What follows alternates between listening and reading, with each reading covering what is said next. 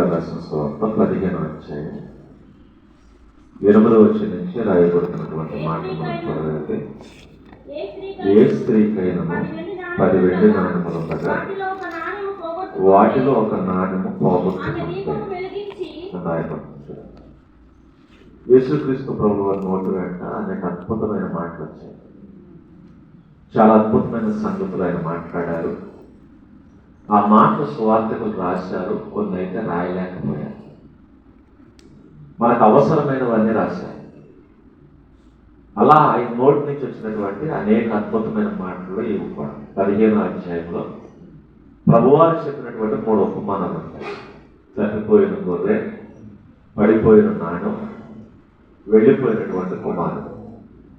3 కూడా సేమ్, ఒకే సందర్భాన్ని లేదంటే ఒకే ఉద్దేశాన్ని తెలియపరుస్తుంది. ఒక విషయాన్ని అర్థం చేయించడానికి 3 ఉపమానాలు చెప్పాడు. ఎక్కువ శాతం పరలోక రాజ్యం గురించి ఉపమానాలు చెప్పాడు. ఇక్కడ ఒక విషయం కోసం 3 ఉపమానాలు మాట్లాడాడు. అదేంటంటే ఈ తప్పిపోయినటువంటి గొర్రె, లేదంటే పరలోకంలో దేవుడికి ఆనందం కలిగించే విషయం ఏంటో ఇక్కడ మాట్లాడుతున్నాం. ఈ విషయాన్ని మనం చాలా సందర్భాలలో మాట్లాడవచ్చు. ఎందుకంటే బైబిల్ని కొన్నిసార్లు కొన్ని కోణాల్లో చూడాల్సి వస్తుంది.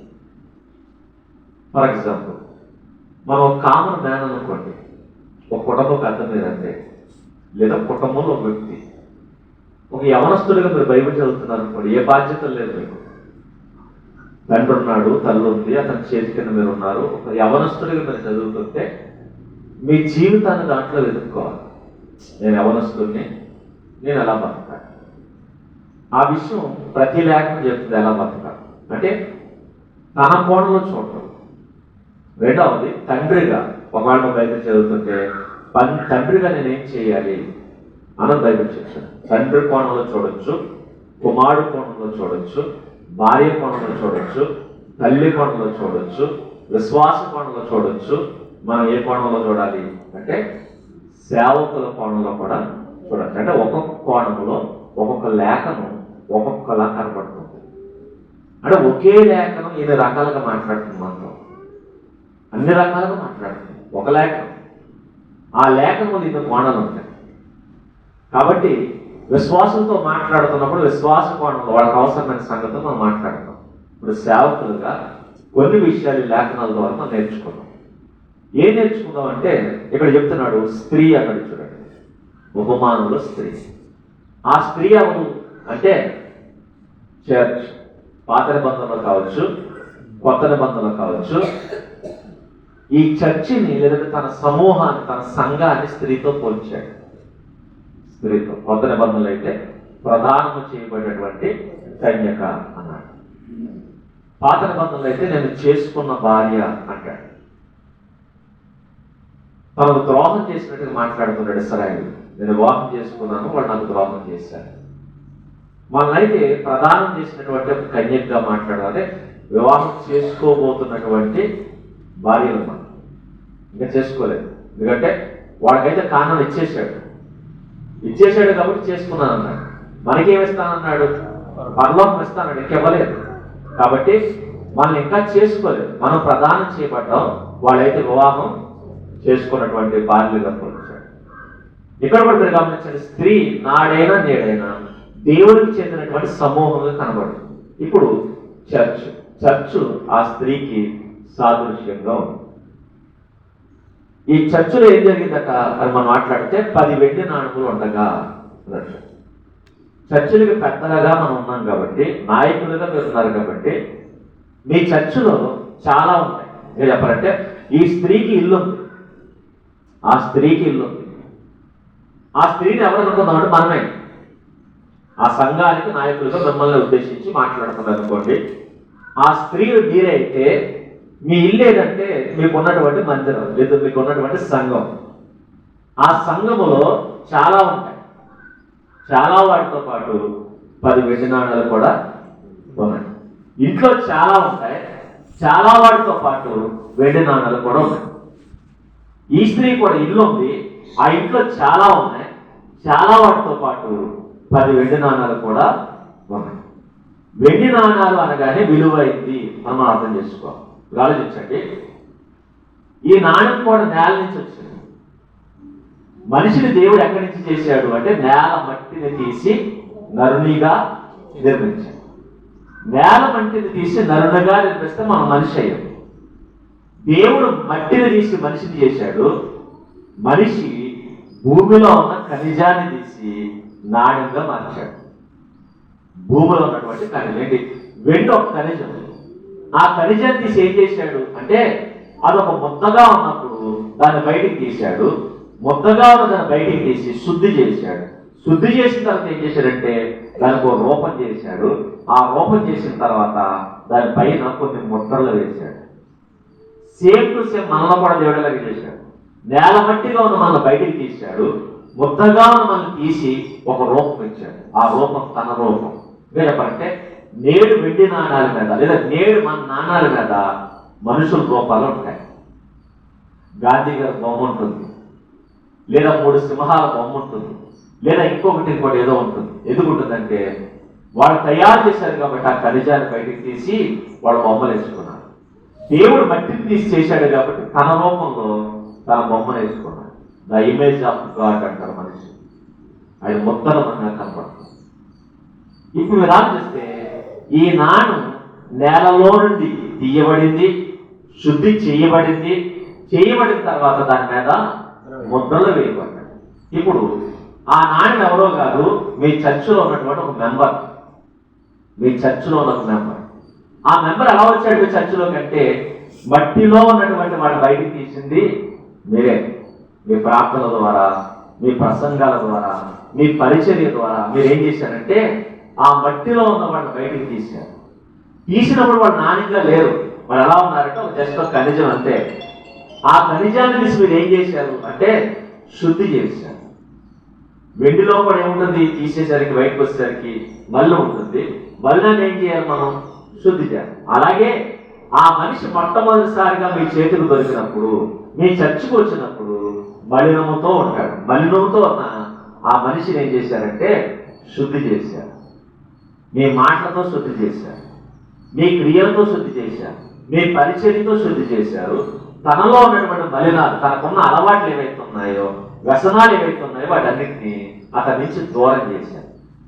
మలినాలతో ఉన్న మనిషిని శుద్ధిగా చేసి బాప్తిస్మం ఇచ్చారు, రక్షణలోనికి నడిపించారు. నడిపించిన తర్వాత ముద్రలు వేశారు. ఏటా ముద్రలు అంటే క్రీస్తు యొక్క ముద్రలు వేశారు. అవన్నీ చేసింది ఎవరు? మీరే, మర్చిపోకండి. మీ సంఘంలో ఉన్నటువంటి ఈ విశ్వాసుల గురించి నేను మాట్లాడుతున్నాను.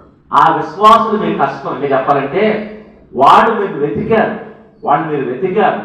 వాళ్ళని పట్టుకున్నారు. పట్టుకున్న వాడిని శుద్ధి చేశారు. శుద్ధి చేసిన వాళ్ళని ఏం చేశారంటే క్రీస్తు ముద్రల వాళ్ళ మీద వేశారు.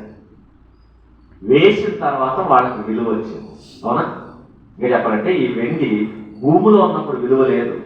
భూమిలోంచి బయటకు వచ్చిన తర్వాత, శుద్ధి చేయబడిన తర్వాత, దాన్ని నాణ్యంగా మలిచిన తర్వాత దానికి ఏమొచ్చింది?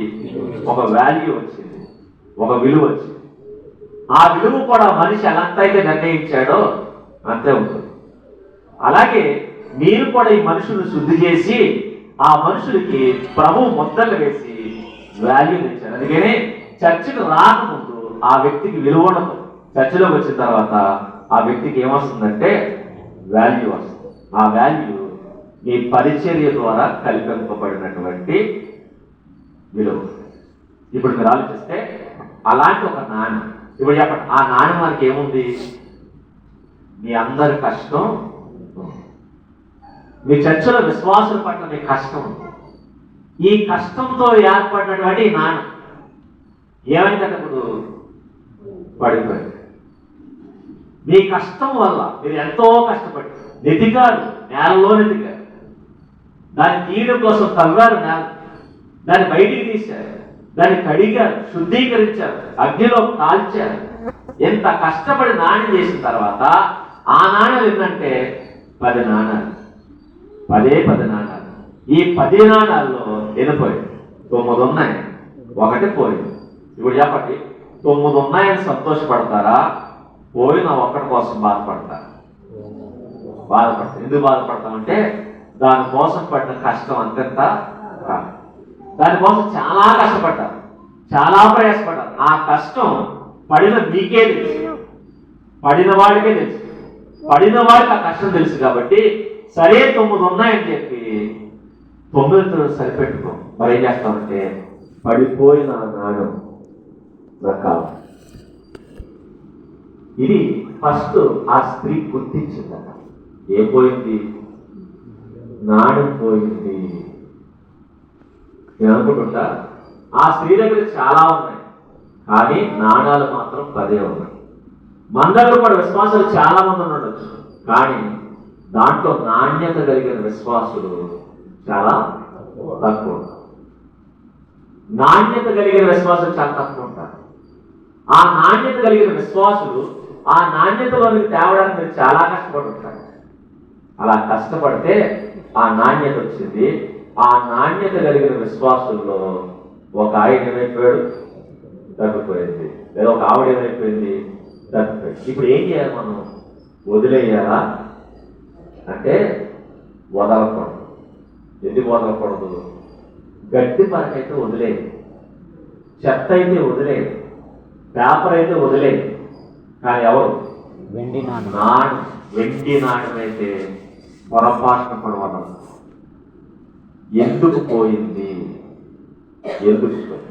చూడండి, ఆ స్త్రీ పోగొట్టుకుందట. ఇంకా చెప్పాలంటే ఆ స్త్రీ పోగొట్టుకుందట. అంటే ఆ స్త్రీ నిర్లక్ష్యం వల్ల ఏమైపోయింది? నాణ్యం పోయింది. కష్టపడింది ఆ స్త్రీయే నాణ్యం కోసం, కష్టపడింది ఆ స్త్రీయే, ప్రయాసపడింది ఆ స్త్రీయే.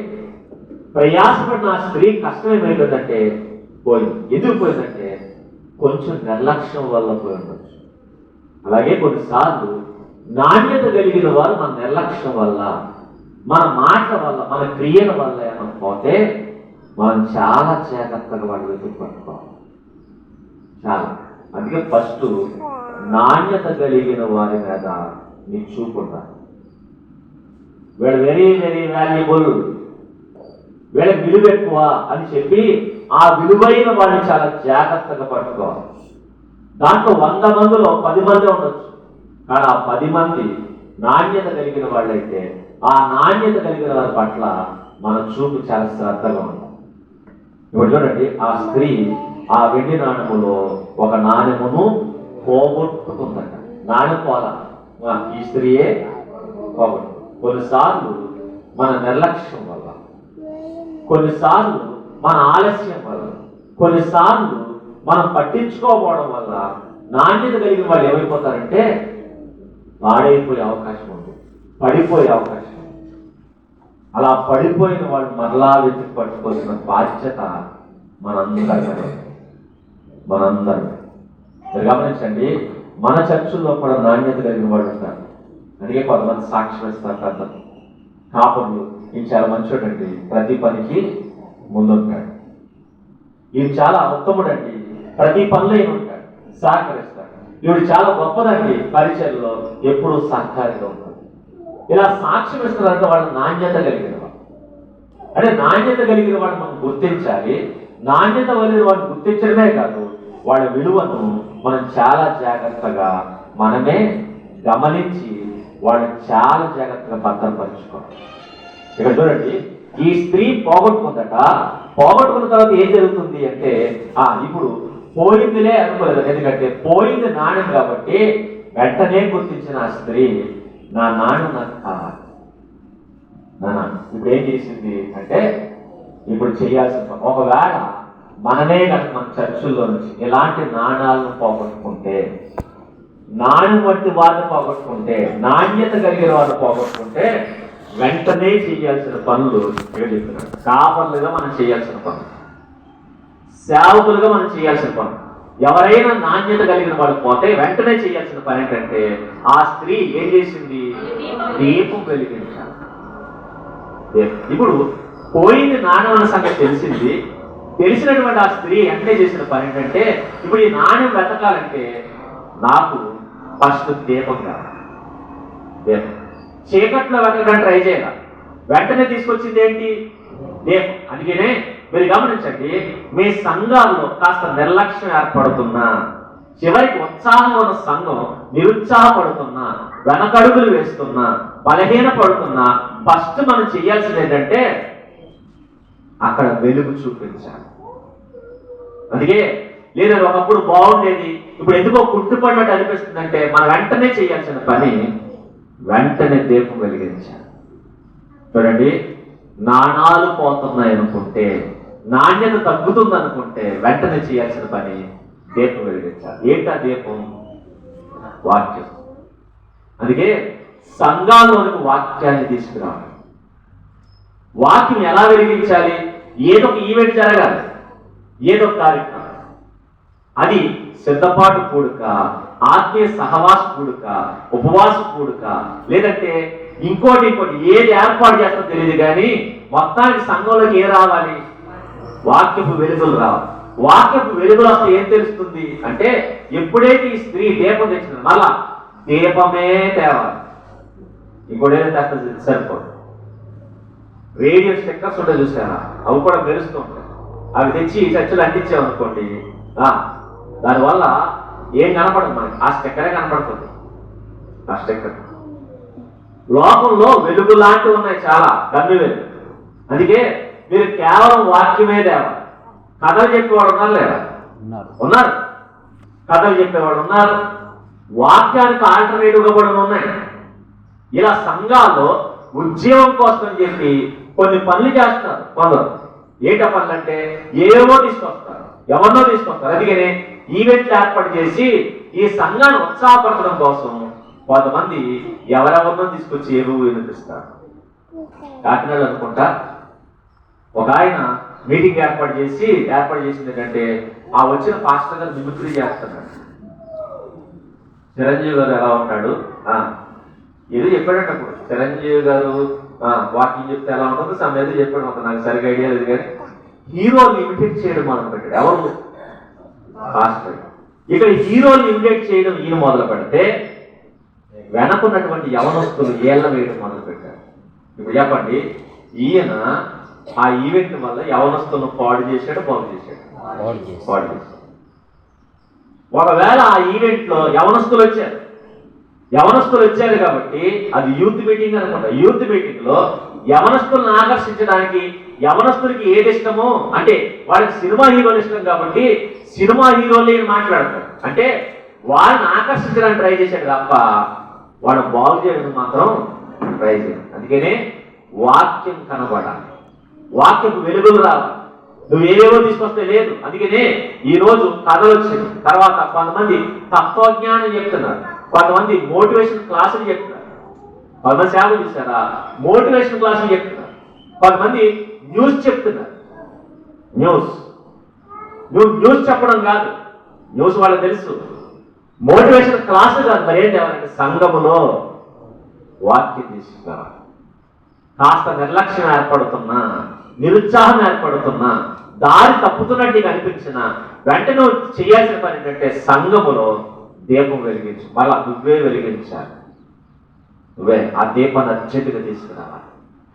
అది నువ్వే చెప్తావా, లేదంటే ఏ సువార్తగా తీసుకొస్తావా? మంచి వాక్యం వాళ్ళ చెవులకి వినపడాలి. ఎప్పుడైతే ఈ దీపం వెలిగించిందో ఏం చేసిందట, దీపం వెలిగించగానే ఈవిడికి ఏమేమి ఉన్నాయో అన్నీ కనపడతాయి. ఏమున్నాయంటే ఉన్న దుమ్ము, ఉన్న చెత్త, ఉన్న చెదారం, ఇవన్నీ కనపడతాయి. చూడండి, ఫస్ట్ దీపం వెలిగించిందట. దీపం వెలిగించిన తర్వాత ఎప్పుడైతే వెలుగు వచ్చిందో వెలుగులో చెత్త కనపడటం మొదలైంది, దుమ్ము కనపడటం మొదలైంది. మళ్ళా దీపం వెలిగిస్తే సరిపోదు. దీపం వెలిగించినప్పుడు ఏం కనపడుతుంది అంటే విశ్వాసుల మీద పడ్డ చెత్త కనపడుతుంది, విశ్వాసంలో పేరుకుపోయిన మల్లు కనపడుతుంది, విశ్వాసంలో పేరుకుపోయిన బూడిద కనపడుతుంది. ఇప్పుడు ఏం చేయాలి? నువ్వు ఓడ్చాలి. ఇప్పుడు వెంటనే చీపురు కావాలి. అందుకే ఏం తీసుకుందంటే చీపురు తీసుకుంది. ఫస్ట్ దీపం వెలిగించింది, నెక్స్ట్ చీపురు కొన్ని లక్షణాలు తెలుసండి. చీపురు కాస్త కఠినంగా ఉంటుంది, స్మూత్గా ఉంటుంది. ఏం చెప్పాలంటే ఒక్కొక్క ప్రాంతాన్ని బట్టి ఒక్కొక్క చీపురు వాడతాం. నేల నీట్గా ఉందనుకోండి ఏ చీపురు, స్మూత్గా ఉన్న చీపురు వాడతాం. నేల బయట అనుకోండి, బయట వాటర్ అనుకోండి వాడతాం ఏం చీపురు. మీరు గమనించండి, నేల సాఫ్ట్గా ఉంటే సాఫ్ట్ చీపురు, నేల రఫ్గా ఉంటే అలాగే మనం కూడా కొన్నిసార్లు అవసరమైన చీపురు తీసుకోవాలి. కొంతమంది స్మూత్గా ఉంటారు, స్మూత్గా ఉన్న వాళ్ళకి చీపురు వాడాల్సిందే. ఏ చీపురి? వాళ్ళని తొడవడానికి, క్లీన్ చేయాలి. దీన్నే పరిచర్య అంటారు. వాక్యం దీపమైతే నీ పరిచర్య. ఏంట పరిచర్య అంటే వాళ్ళ చుట్టూ మనం తిరగడం కావచ్చు. కొన్నిసార్లు మనం తిరుగుతూ విసిగిపోతుంటాం. వాడు విసిగిపోయినా పర్వాలేదు, మనం వెళ్ళాలి, మాట్లాడాలి, 1-10 సార్లు మాట్లాడాలి, వాడికి నచ్చ చెప్పాలి, బొజ్జగించాలి. ఎందుకంటే వాళ్ళు మరలా మనం తీసుకురావాలి. ఈ చీపురు వాడాలి. ఈ చీపురు వాడేటప్పుడు చెత్త బయటకు వెళ్ళిపోతుంటుంది, దుమ్ము బయటకు వెళ్ళిపోతుంది. ఈ చెత్త మధ్యలో, దుమ్ము మధ్యలో ఇరుక్కుపోయిన నాణ్యం ఉంటుంది చూశారు. మీరు చెప్పాలంటే ఆ నాణ్యం మిస్ అయింది. ఎలా మిస్ అయింది? ఈ చెత్త మధ్యలో మిస్ అయింది, ఈ దుమ్ము మధ్యలో మిస్ అయింది. కాబట్టి ఆ దుమ్మును తుడిచేసి ఆ చెత్తని తీసేసి, ఎప్పుడు మీరు గమనించండి, నాణ్యత కలిగిన వాళ్ళు ఎప్పుడు పాడైపోతారు తెలుసా? తన చుట్టూ పాడైపోయిన వాళ్ళు ఉంటే వీడు కూడా ఏమవుతాడు? పాడైపోవడానికి ట్రై చేస్తాడు. అందుకే మనకి కావాల్సిన దుమ్ము కాదు. ఆ స్త్రీ తీసుకున్న నిర్ణయం ఏంటంటే, ఈ దుమ్ము మధ్యలో నాణ్యం పడిపోయింది, నాకు కావాల్సిన నాణ్యం దుమ్ము కాదని పేరుకున్నటువంటి దుమ్మును తీసి అవతల పడేసింది, చెత్తను తీసి అవతల పడేసింది. ఇలా తీసి తొడవడం ప్రారంభించిందట. తొడవడం ప్రారంభించిన తర్వాత ఏం చేస్తుందంటే జాగ్రత్తగా తుడిచింది. తుడిచి అది దొరుకు వరకు వెతికి పోయినటువంటి ఆ నాణ్యం నాకు దొరకాలి. నేను కష్టపడి సంపాదించినటువంటి నాణ్యం నాకు దొరకాలి. ఇలా ప్రయాసపడి తెచ్చుకోవాలి. అందుకే కష్టపడి సంపాదించిన నాణ్యం జాగ్రత్తగా తుడిచి మరీ వెతికి మరీ పట్టుకో. అది దొరికేవాడు. మళ్ళా దొరికేది కాదు, అది దొరుకు వరకు, అది దొరుకు వరకు, అది దొరికేంత వరకు వెతుకుతున్నాను. నా నాణ్యం నాకు కావాలి. గమనించండి, దేవుడు కొన్నిసార్లు మనకి ఇలాంటి నాణాలను కూడా అప్పగిస్తాం.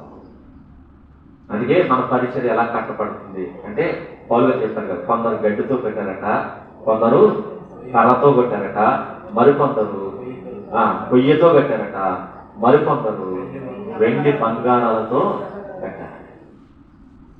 కొన్నిసార్లు మనకు తెలియకుండా గడ్డి రావచ్చు, మనకు తెలియకుండా చెత్త రావచ్చు, మనకు తెలియకుండా ఇవన్నీ మనం తెచ్చి కట్టచ్చు. కానీ వాటితో పాటు దేవుడు వెండి నాణ్యాలు కూడా ఇస్తాడు, బంగారాలు కూడా ఇస్తాడు. మన పరిచయంలో వెండి ఉంటుంది, మన పరిచయంలో బంగారం ఉంటుంది. కొన్నిసార్లు మనం చెత్తను పోగేసుకుని ఏం వదిలేస్తాం? బంగారం వదిలేసుకుంటాం, నాణాలు పోకూడదు. అందుకనే ఒకడు రాళ్ళు ఏరుకుంటాడట, రాళ్ళు ఏరుకునే కంగారులో రత్నాలన్నింటినీ వదిలేసుకున్నాడు. మనకు కావాల్సిన రాళ్ళు కాదు, 100 రాళ్ళు కన్నా ఒక రత్నం, 100 రాళ్ళు ఏం చేసుకుంటారు? ఈ రత్నం విలువ 100 రాళ్ళు దేనికన్నా పనిచేస్తాడు. ఈ రత్నం విలువకి ఏ రాయి పనిచేయదు. కాబట్టి రత్నాలు చాలా ముఖ్యమైనవి. కాబట్టి మన చర్చల్లో వీడు రత్నం లాంటి వాడు అని మీకు ఎవరైనా అనిపిస్తే అతని మీద ఎక్కువగా ఫోకస్ పెట్టండి, వాళ్ళ మీద దృష్టి పెట్టండి, వాళ్ళ చుట్టూ మీ పరిచర్ని పెంచండి, వాళ్ళ మీద శ్రద్ధ పెట్టండి. శ్రద్ధ పెట్టి వాళ్ళు ఇంకా షైన్ చేయడానికి ట్రై చేయండి, వాళ్ళు ఇంకా రుద్దడానికి ప్రయత్నించండి, వాళ్ళు ఇంకా మెరుగుపడడానికి మీరు ప్రయత్నించండి. ఇంకా మెరుగుపడడానికి ప్రయత్నిస్తే పరిచయంలో ఒకనాటికి మనకి బంగారం లాంటి మనుషులు మనకు దొరుకుతారు, బంగారం లాంటి మనుషులు. కానీ పొరపాటును కూడా నిర్లక్ష్యం కుదరదు. నిర్లక్ష్యం ఎట్టి పరిస్థితులు, నిర్లక్ష్యం లేకుండా ఆ స్త్రీ ఎలాగైతే వెతికిందో అలా వెతకడం మొదలు పెట్టాలి. అందుకే ఈ రత్నము లాంటి వాడిని వెతికిందట. వెతకడమే కదా ఏం చేసిందంటే జాగ్రత్తగా దొరికేంత వరకు కష్టపడింది. ఎంతసేపు వెతికిందో తెలీదు, మొత్తానికి వెతికింది. ఎప్పుడు దాకా వెతికింది? అది దొరికేంత వరకు వెతికింది. మీరు గమనించండి, ఒకవేళ మన చర్చిలో ఇలాంటి వాళ్ళు ఉంటే అసలు పోగొట్టుకోరు. ఈ సంఘం ఏం చేసింది? ఈ చర్చ్ పోగొట్టుకుని తర్వాత వెతికింది. ఇది చర్చిలో ఉన్న విశ్వాసం. అలా దొరికేంత వరకు జాగ్రత్తగా. ఒకవేళ పోయారు అంటే వెతకండి, లేదా మీరు పోలేదంటే పోగొట్టుకోకండి. చాలా కేర్ఫుల్గా ఉండండి, చాలా జాగ్రత్తగా ఉండండి. ఇది మనం చేయాల్సినటువంటి ఒక పని. ఇక రెండవది చర్చిలో కొన్ని క్వాలిటీస్ ఉంటాయి. క్వాలిటీస్ ఏంటి? ఆ క్వాలిటీస్ అంటే ఎఫెసు సంఘం మీద ప్రభు ఒక ధ్యానం ఉంటాడు. ఏంటది? మొదట నీకున్న ప్రేమను పోగొట్టుకో. ఇప్పుడు చెప్పండి, సంఘం ఏం పోగొట్టుకుంది? ప్రేమ. ఈ కాలంలో ప్రేమలు నిలబడుతున్నాయా? ప్రేమలకు పోయే కాలం. పొద్దున చెప్పాను, దినములు అంచె దినాలు ఏం జరుగుతుందని ప్రభు చెప్పాడంటే, అంచె దినములు ఏముందట? అక్రమం విస్తరించుట చేత క్రమం పోతుంది, అక్రమం వచ్చేస్తుంది. ఎప్పుడైతే క్రమం పోయి అక్రమం వచ్చిందో, అక్రమం ఎప్పుడైతే చొరబడినప్పుడు ఏం జరుగుతుందంటే అనేకుల ప్రేమ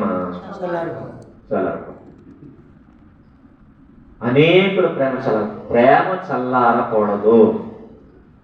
ఎందుకంటే ప్రేమ ప్రాముఖ్యమైనది. అందుకే ప్రేమ శాశ్వతమైనది. ప్రేమ ఎట్టి పరిస్థితిలో చల్లారకూడదు. మన కోపం రావాలి, కానీ వచ్చిన కోపం ఎంతసేపు ఉండాలి? మీకు దేవుడు ఛాన్స్ ఇచ్చాడు, కోపపడండి. ఎప్పుడు కోపపడండి? పొద్దున్నే లేచి కోపపడండి. నీ కోపం పొద్దున్న వచ్చిందా? సూర్యుడితో పాటు లేని ఎందుకుంటారు. మధ్యాహ్నానికి ఇంకా విస్తృతమైందా? మంచిది. మధ్యాహ్నం సూర్యుడు చల్లబడతాడు. అలా నీ కోపం కూడా ఏమవ్వాలి? చల్లబడాల్సిందే. సాయంత్రం సూర్యుడు అస్తమించేసరికి నీ కోపం ఉండదు. అందుకనే మన విశ్వాసుల మీద మన కోపం వచ్చిన రావాలి. వచ్చిన కోపం ఎంతసేపు ఉండాలి? పొద్దున వచ్చిందా? లేదు మధ్యాహ్నం వచ్చిందా? చెప్పండి. ఒకటే ఉండాలి. పొద్దున్న వస్తే ఒక రోజు, ఒకవేళ మధ్యాహ్నం వస్తే పూట, లేదు మన సాయంత్రం వచ్చింది అంటే నీ ఛాన్స్. గంట సేపు కోపగించి ఏం చేయి, తర్వాత మళ్ళా సమాధాన పడాల్సిందంటే. నీ కోపం వస్తే రావాలి, కానీ వచ్చిన కోపం ఉండకూడదు. ఉంటే మన అన్నాడు, కోపం మంచోళ్ళ హృదయంలో ఉండదు, మరి ఎవరి హృదయంలో ఉంటుంది? బుద్ధిహీనుల హృదయంలో స్థిర నివాసం చేస్తుందట. అంటే గూడు కట్టుకుని ఆధార్ కార్డు తీసుకుని అక్కడే ఉండిపోతుందట. దానికి ఆధార్ కార్డు ఇచ్చింది ఎవరు? మనమే. అంటే పౌరస్థితి ఇచ్చేసాం మనం. ఎక్కడ ఉండొచ్చు? నాలోనే ఉండొచ్చు, ఎక్కడికి వెళ్ళదు. ఎట్టి పరిస్థితులు వెళ్ళకండి. కోపం రానండి, వస్తే వచ్చినది అలాగే పోవాలి. కానీ ప్రేమకు మాత్రం ఆధార్ కార్డు కాదు, రేషన్ కార్డు. ఎన్ని కార్డులు ఉంటే అన్ని కార్డులు ఇచ్చి నువ్వు ఎక్కడికి వెళ్ళడానికి వీల్లేదు, ఇక్కడే ఉండాలి. ప్రేమకు మాత్రం స్థిర నివాసం ఏర్పరచాలి. కానీ దరిద్రం ఏంటంటే కోపం ఏమో పెరిగిపోతుంది, ప్రేమేమో చల్లారిపోతుంది. కానీ దేవుడు అంటాడు ప్రేమ చల్లారిపోతుంది. మళ్ళా ఎఫెసు సంఘములో ప్రేమ లేదు అల్లా. ప్రేమ లేదన్నాడు. ప్రేమ ఉంది, కానీ మొదట ఉన్న ప్రేమ లేదు. ఇంకా చెప్పాలంటే మొదట్లో ఉన్నంత లేదు. భార్య అంటే భర్తకు ప్రేమ ఉంటుంది, భర్త అంటే భార్యకు ప్రేమ ఉంటుంది. కానీ వీళ్ళిద్దరు లవ్ ఉంటుంది చూసారా, ఇది పెళ్లి చేసుకున్న ఫస్ట్ రోజులు ఉంటుంది చూసారా, ఆ ప్రేమ సంవత్సరం తర్వాత ఏమవుద్దట? మజ్జిగ పలసపడినట్టు అలా అది కుదరదు. అందుకే చాలా మంది భార్యలు కంప్లైంట్ చేస్తారు, ఏమని? నువ్వు ముందున్నట్టు లేదు.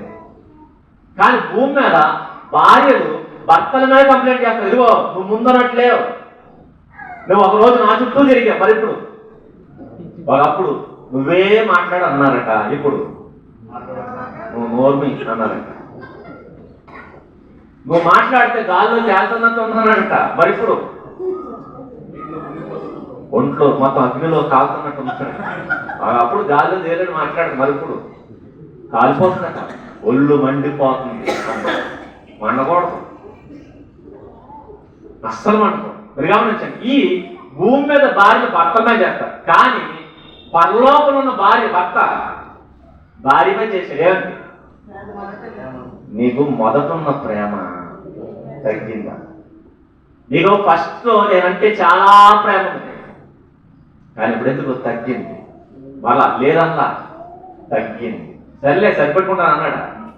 అల్లా మరి అన్నాడు, మొదట నీకుండిన ప్రేమ నాకు. ఇప్పుడు చెప్పండి, ఎఫెసు సంఘం ఏం పోగొట్టుకుంది? ఇప్పుడు మనం కూడా ఒకవేళ ప్రారంభంలో తొలివేస్తుంటాం. పరిచయకు వచ్చిన ప్రారంభంలో మీరు ఎలా ఉంటుంటారు? ఒకసారి బ్యాక్ వెళ్ళి రివైండ్ చేసుకోండి. మామూలుగా కాదు, దొల్లేస్తాం. నేను అలాగే దొల్లేసేవాడు. వాన వచ్చినా వరద వచ్చినా అప్పుడు కారు కూడా లేదు, బైక్ వేసుకుని అది వస్తారో రాదు తర్వాత సంగతి. నేను రైలు పోట్లు వేసుకుని పైగా గొప్పులంట వాన భయంకరమైన తుఫాను పట్టేసిన వెళ్ళిపోయాడు. ఎందుకంటే ఎలాగైనా సరే అక్కడికి వెళ్ళిపోవాలి, వెళ్ళాలి. వాడు వచ్చారన్నారు మళ్ళీ, ఎందుకంటే ఏమో అందరు రాకపోయినా కనీసం నలుగురైనా వస్తారు. వస్తే ఆ నలుగురు ఈ వారం వాక్యం లేక ఇబ్బంది పడతారు. దానికోసం ప్రయాసపడి భయంకరమైన మంచి. ఇంకా చెప్పాలంటే టైఫాయిడ్ జ్వరం వచ్చినప్పుడు కూడా వెళ్ళిపోయారు.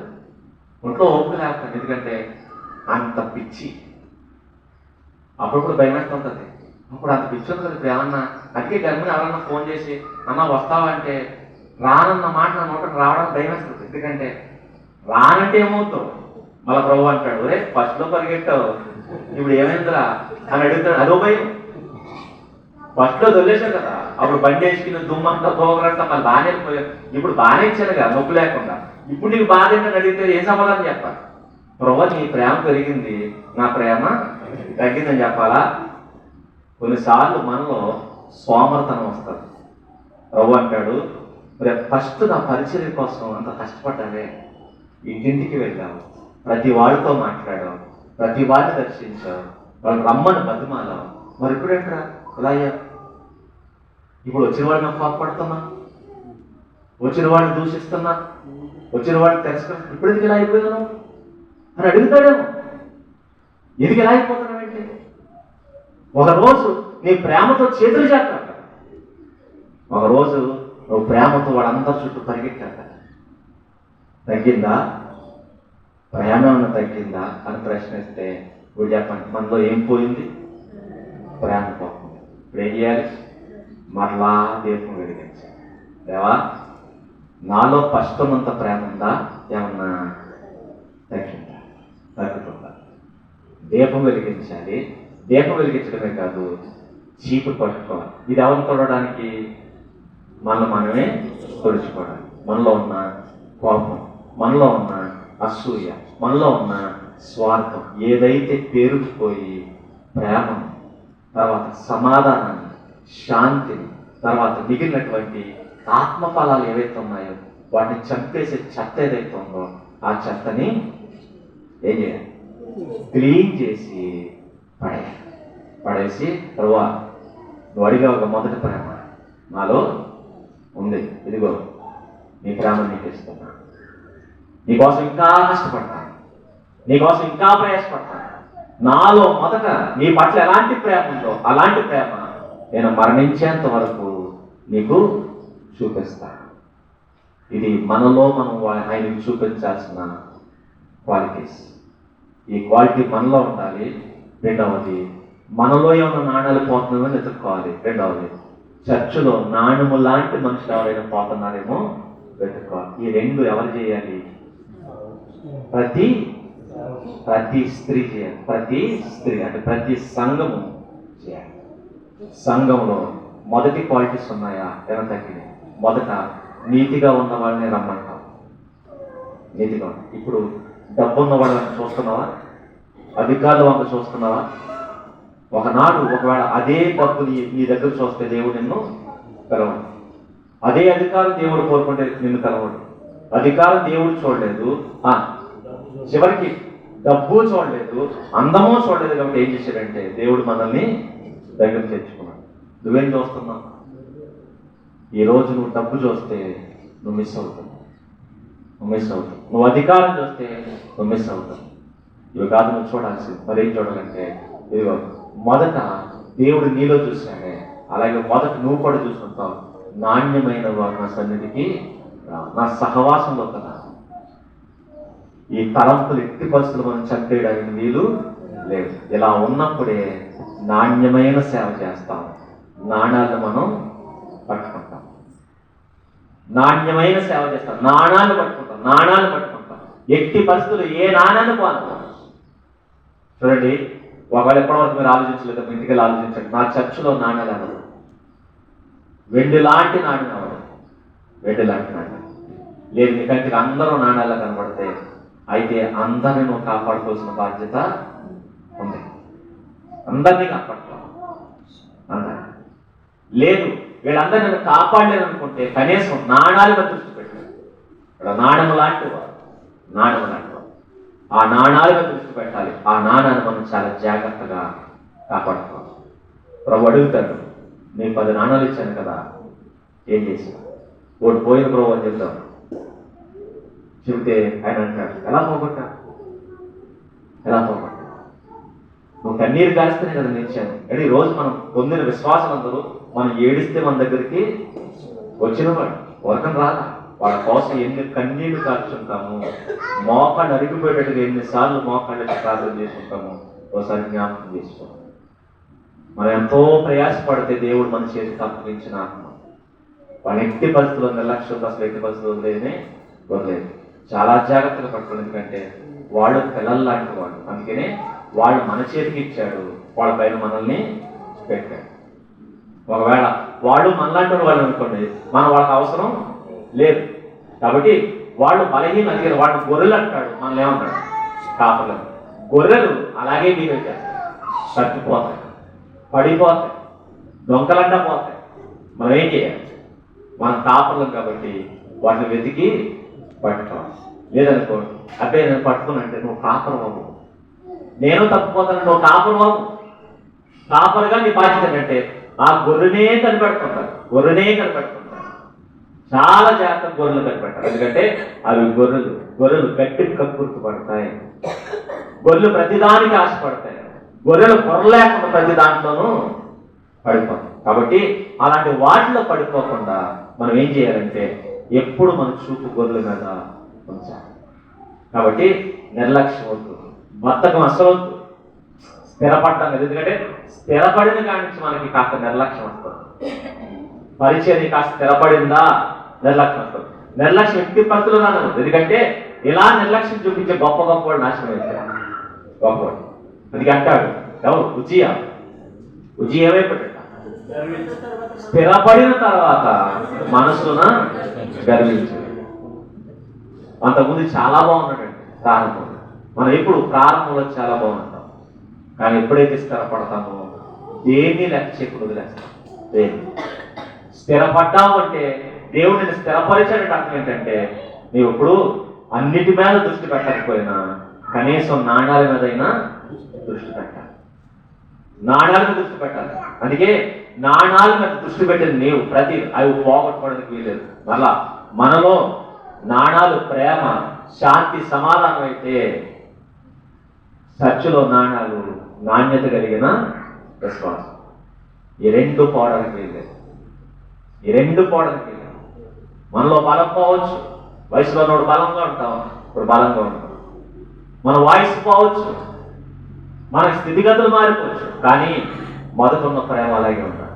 అవి పోవడానికి వీలేదు. నీలో బలం తగ్గిందని దేవుడాడు, కానీ నీ మొదటి ప్రేమ తగ్గిందే అని నీ మొదటి ప్రేమ, నీ సంఘంలో విశ్వాసం తగ్గారని దేవుడాడు, కానీ అతను నాణ్యం కలిగిన వాడు కదా, మంచోడు కదా, సరైనోడు కదా, మరి అతను ఎందుకు వదిలేసావు అడుగుతాడు. కాబట్టి కొన్ని విషయాలు చాలా శ్రద్ధ కలిగి మనం పాటించవలసిన వారమై ఉన్నాం. కాబట్టి సేవకులుగా ఈ బాధ్యత మన మీద. ఒకసారి మీ సంఘాలను పరీక్షించి నాణ్యత కలిగిన వాడు, నాణ్యము లాంటి విలువైన వ్యక్తి మీ చేతికి దొరికితే అతను ఇంకా సాగబెట్టాలి, అతని వాల్యూ ఇంకా పెంచండి, ఇంకా అభివృద్ధి చెందేటట్టుగా మార్చండి. అలా మార్చడం ప్రయత్నించడం తప్ప అతను ఎట్టి పరిస్థితుల్లో పోగొట్టుకోవడానికి ప్రయత్నించండి. ఒకవాడు పోయాడా చెప్పండి, దీపము వెలిగించి చీపురి పట్టుకుని చెత్తంతా తుడిచి నాణ్యము దొరికేంత వరకు ఏం చేయాలి? వెతకాలి. ఇది మనందరి మీద ఉన్నటువంటి బాధ్యత. అందుకనే చర్చిలో చెత్త ఏమైనా పెరుగుతుందేమో ఇప్పుడు దీపం వెలిగించి చూడండి. చెత్త మధ్యలో నాణ్యాలు ఏమైనా ఇరుక్కుపోతాయేమో దీపం వెలిగించి వెతకండి. అలాంటి చెత్తను చూడవండి, నాణ్యాలను వెతికి పట్టుకోండి. మనలో కూడా దేవుడు అడిగిన క్వాలిటీస్, విశ్వాసం ఉండాలి, ప్రేమ ఉండాలి. ఇవన్నీ ఆయనకు కావాల్సినటువంటి క్వాలిటీస్. ఆ క్వాలిటీస్ చూపించండి. ఆయనకు నచ్చినట్టుగా బతుకుదాం. ఆయన మెచ్చే సేవ మనందరం చేద్దాం. ఆయన ముందు నిలబడినప్పుడు ఆయన నోటి వెంట ఒక మాట రావాలి. ఏంటా మాట అంటే, బడా నమ్మకమైన మంచి దాసు, బడా నమ్మకమైన మంచి దాసు రా. ఆ రోజు ఆ మాట, ఒక్క మాట మనకి చాలు. ఆ ఒక్క మాట, బడా నమ్మకమైన మంచి దాసు, నేను చెప్పింది చెప్పినట్టు చేశావు, నేను ఇచ్చింది ఇచ్చినట్టు నువ్వు కావాలి కాసావు, నువ్వు కాపాడావు, కాబట్టి నేను అనేక వాటి మీద నేను ఉంచుతున్నాను అన్న మాట ఆయన నోటి వెంట వస్తే అంతకంటే గొప్ప భాగ్యం మనకేమీ లేదు. అతి ధన్యత దేవుడు మనందరికీ దయచేయనుగాక.